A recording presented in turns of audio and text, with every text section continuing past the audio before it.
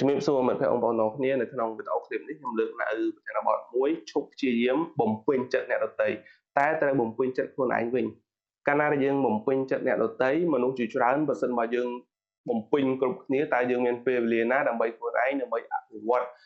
ចំណេះដឹងផ្នែកគំនិតជំនាញទំនាក់ទំនងបើសិនមកយើងចាំតែបំពេញចិត្តអ្នកដទៃអញ្ចឹងកាលណាដែលយើងចាំតែបំពេញចិត្តអ្នកដទៃវាហត់ពេកវាចំណាយពេលច្រើនអញ្ចឹងយើងត្រូវតែវិធីសាស្ត្រដ៏ល្អរបៀបដ៏ល្អយើងត្រូវតែព្យាយាមតាមដានចិត្តរបស់យើងវាប្រសើរជាងអញ្ចឹងយើងត្រូវតាមដានចិត្តរបស់យើងថាតើចិត្តរបស់យើងនឹងសប្តាហ៍ថ្ងៃកំពុងតែជាចិត្តអ្វីចិត្តខឹងចិត្តចំណែនចិត្តឈ្នានីសឬក៏ចិត្តជាកុសលចិត្តល្អតើតើចិត្តល្អយ៉ាងម៉េចអញ្ចឹងអ្វីដែលសំខាន់កុំបំពេញចិត្តអ្នកដទៃយើងព្យាយាមបំពេញនៅចិត្តរបស់ខ្លួនឯងបំពេញហើយនឹងតាមដានគ្រប់គ្រងរបស់ចិត្តរបស់យើងហើយមែនតើនៅជីវិតរបស់យើងនឹងឆ្លោះបញ្ចាំងឲ្យឃើញថាតើឆន្ទៈរបស់យើងភិវឌ្ឍឬមិនអភិវឌ្ឍវាអាស្រ័យទៅលើទង្វើសកម្មភាពប្រចាំថ្ងៃរបស់យើងថាតើយើងអភិវឌ្ឍឬក៏មិនអភិវឌ្ឍតើឆន្ទៈរបស់យើងនឹងធ្វើវាបានដោយរបៀបណាវាអាស្រ័យទៅលើទង្វើប្រចាំថ្ងៃរបស់យើងបន្តិចម្ដងបន្តិចម្ដងកាលណាដែលយើងទម្លាប់តែពន្យាពេលយើងទម្លាប់ចាំវានឹងចាំតិចសិនមិនអីទេយូរយូរវាធ្វើឲ្យទៅជាទម្លាប់អញ្ចឹងចាំតិចសិនចាំតិចទៀតចាំចេះវាជាហេតុមួយនៃការរីរាំងនៅក្នុងការអភិវឌ្ឍប្រចាំថ្ងៃរបស់យើងដែរហើយមែនទែនទៅយើងត្រូវចេះពិនិត្យទៅមើលលទ្ធផលរបស់យើងថាតើយើងរីករាយហើយនឹងពេញចិត្តចំពោះលទ្ធផលដែលយើងទទួលបានដោយសពថ្ងៃនិងទង្វើរបស់យើងដែលយើងធ្វើហើយឬនៅបើសិនមកយើងពេញចិត្តនឹងទង្វើសកម្មភាពរបស់ខ្លួនចូលបន្តធ្វើសកម្មភាពបែបដូចនេះទៀតប៉ុន្តែបើសិនមកយើងមិនទាន់ពេញចិត្តនឹងទង្វើនិងលទ្ធផលដែលយើងកំពុងតែទទួលបានទេយើងត្រូវតែផ្លាស់ប្ដូរវារកវិធីសាស្ត្រសិល្បៈជាច្រើនជួបនៃបុគ្គលអ្នកចេះជាងយើងដើម្បីស្ដាប់នៅការផ្ដល់យោបល់រៀនសូត្រអ្វីៗថ្មីពីគាត់ដើម្បីរីកចម្រើនដូចគាត់ក៏បានអញ្ចឹងបើសិនបើយើងពេញចិត្តហើយយើងមិនរធ្វើតែបើសិនបើយើងមិនទាន់ពេញចិត្តទេយើងត្រូវតែផ្លាស់ប្ដូរទម្លាប់ចាស់ចោលហើយយើងត្រូវតែមែនទែនទៅអ្វីដែលសំខាន់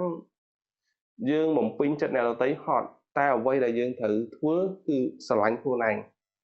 អត់មានអីពីណាមកស្រឡាញ់ខ្លួនជាងខ្លួនយើងកាលណាដែលយើងស្រឡាញ់ខ្លួនឯងយើងរកមធ្យោបាយដើម្បីខ្លួនឯងស្រួលទី1យើងត្រូវតែហូបបាយហូបទឹកហូបចុកទៀងទាត់ម៉ោងកុំឲ្យខ្លួនឈឺកុំឲ្យខ្លួនអាការៈសុខភាពយើងទ្រុឌទ្រោមមានជំងឺកាលណាដែលយើងស្រឡាញ់ខ្លួនឯងយើងរកគ្រប់មធ្យោបាយដើម្បីឲ្យខ្លួនឯងប្រសើរមានន័យថាបើសិនបើយើងហូបបាយទៀងទាត់ហើយវាអត់ទាន់គ្រប់ទេយើងត្រូវគេងញ៉ាំទឹកឲ្យបានច្រើនអញ្ចឹងកាលណាដែលយើងគេងគ្រប់គ្រាន់យើងស្រឡាញ់ខ្លួនឯងប៉ុណ្ណឹងវាអត់គ្រប់ទេយើងត្រូវរៀនតាក់ទងជាមួយនឹងរោគជំនាញចំណេះសមត្ថភាពឲ្យខ្លួនឯងដើម្បីជាជំនាញមួយឲ្យយើងប្រសើរអញ្ចឹងការស្រឡាញ់ខ្លួនឯងយើងរកគ្រប់មធ្យោបាយដើម្បីវិវត្តខ្លួនឲ្យរីកចម្រើនឲ្យប្រសើរទាំងកាយទាំងចិត្តអញ្ចឹងកាលណាយើងស្រឡាញ់ខ្លួនឯងយើងនឹងមានមធ្យោបាយជាច្រើនដើម្បីធ្វើឲ្យខ្លួនឯងរីកចម្រើនប្រសើរបន្តិចម្ដងហើយការស្រឡាញ់ខ្លួនឯងមានន័យថាគឺជាការបង្កើតតុល្យភាពរវាងការទទួលស្គាល់ខ្លួនឯងកាលណាដែលយើងពេញចិត្តខ្លួនឯងហើយយើងនឹងខិតខំគ្រប់មធ្យោបាយណាពេលខ្លះយើងឃើញអ្នកខ្លះបាត់បង់ទាំងខ្លួនឯងទៀតយើងឃើញដូចជាករណីមួយសម្មិញប្អូនស្រីម្នាក់ដោយសារគាត់យូរបាត់បង់ទាំងខ្លួនឯងទៀតយើងឃើញណាអញ្ចឹងអ្វីទាំងអស់ក៏លេចមកវិញយើងត្រូវតែស្រឡាញ់ខ្លួនឯងស្រឡាញ់អ្វីដែលខ្លួនមានកុំស្រឡាញ់អ្វីដែលយើងមិនទាន់មានហើយត្រូវតែរស់នៅជាមួយនឹងបច្ចុប្បន្នឲ្យល្អទទួលស្គាល់ការពិតជួបអ្វីដោះស្រាយរឿងនឹងឲ្យលឿនបំផុតតាមដែលអាចធ្វើទៅបានអញ្ចឹងយើងត្រូវតែស្វែងរកចំណេះដឹងថ្មីជំនាញដើម្បីពេញនៅចំណុចខ្វះខាតរបស់ខ្លួនឯងជាធម្មតារឿងខ្វះខាតយើងជាច្រើនយើងត្រូវតែបំពេញខ្លួនឯងយើងកុំទៅមើលអ្នកដទៃជាធម្មតាភ្នែកនៅចិត្តចិញ្ចើមប៉ុន្តែពេលខ្លះយើងមិនអាចមើលឃើញចិញ្ចើមយើងទេប៉ុន្តែយើងអាចមើលឃើញរបស់ឆ្ងាយយើងអាចមើលឃើញនៅកំហុសអ្នកដទៃអ្នកនេះមិនចេះអ្នកនោះចុះតែភ្លេចមើលនៅភ្នែកចិត្តចិញ្ចើមយើងមិនបានដឹងថាចិញ្ចើមយើងយ៉ាងម៉េចផងតែមើលឃើញរឿងឆ្ងាយរបស់អ្នកដទៃអញ្ចឹងយើងកុំព្យាយាមបំពេញចិត្តអ្នកដទៃមើលអ្នកដទៃព្យាយាម មើលខ្លួនឯងតាមដានចិត្តខ្លួនឯងគ្រប់គ្រងខ្លួនឯងស្រឡាញ់ខ្លួនឯងដើម្បីឲ្យខ្លួនឯងប្រសើររីកចម្រើនចឹងកាលណាដែលខ្លួនឯងប្រសើររីកចម្រើនយើងអាចធ្វើឲ្យអ្នកដទៃរីកចម្រើនប្រសើរដែរប៉ុន្តែសូម្បីតែខ្លួនយើងមិនប្រសើរមិនរីកចម្រើនសូម្បីតែខ្លួនយើងមិនស្រឡាញ់ខ្លួនឯងតើឲ្យអ្នកដទៃឯណាមកស្រឡាញ់យើង